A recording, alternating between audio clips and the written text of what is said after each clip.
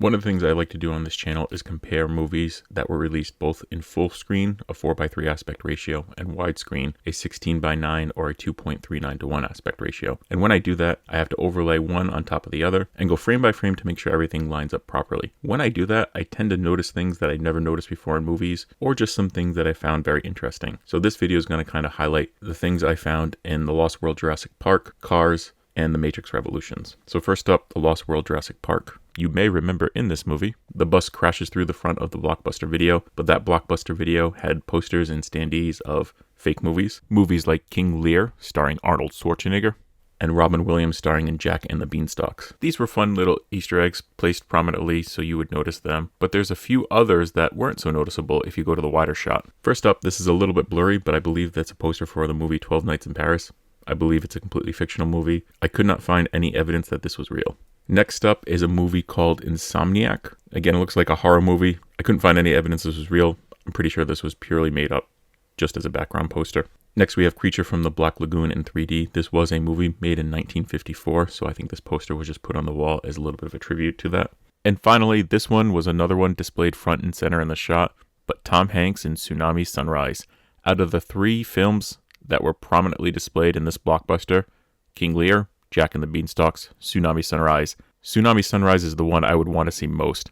I don't know why, but Tom Hanks as a surfer in what I imagine would be a disaster flick made in the mid-90s just seems like a great idea. But that's just me. If you take a look at the movies on the shelves themselves, they're a little blurry, but I think this one is Scarface, this one is Lethal Weapon, and the one next to that is a James Bond movie, although I can't really tell which one, it's a bit too blurry. One last thing about this, the bottom of the display is cut off in the widescreen version of the film, but if you go to the full screen, it shows you the entire display, and there is some text at the bottom. It's too blurry to see, so I can't really see what it says, but I want to believe it's the tagline to the movie, and I really want to believe that the tagline is, "This Thanksgiving, surf's up." Anyway, if you can think of a better tagline for this movie, put it in the comments below. Moving on, if we go back to this wide shot, you'll notice at the very top of the image, there are lights. Originally, I thought, hey, this might be a mistake. They forgot to crop out the lights in the shot. But if you look to the side, those same lights appear on the side of the image as well. And that made me think, well, maybe not. Maybe those are just part of the set and they were meant to be in the shot.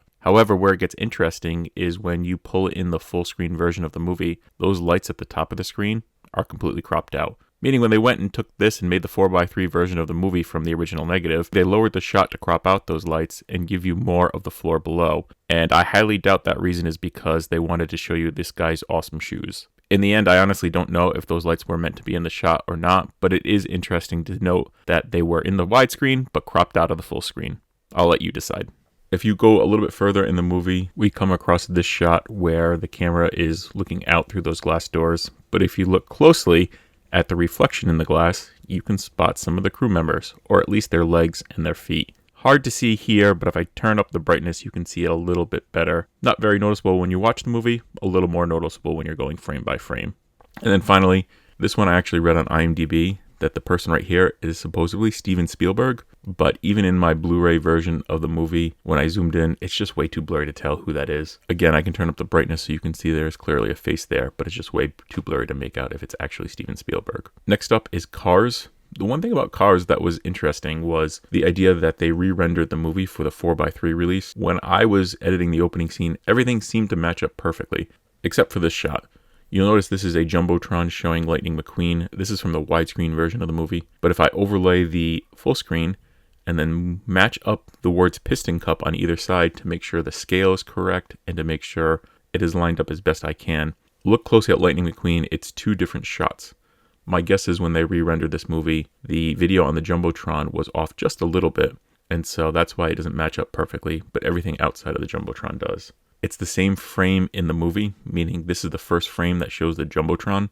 Again, you're only going to notice this if you did what I did. You see these things when you go frame by frame. And then finally, The Matrix Revolutions. I talked about this a little bit in the other video, but I kind of wanted to show it here. Top is the widescreen, the bottom is the full screen. Like I said in the other video, they stretched the widescreen image for this shot, and then they squished the full screen together to get it to fit on a 4:3 TV, which I'm not the biggest fan of that technique. But I get why they did it. They wanted to show them running at each other. And so that's how they accomplished that for the full screen DVD. And that's it. If you want to see the full comparison I did, that video is on my channel now. Otherwise, I hope you have a great rest of your day. Thank you for watching.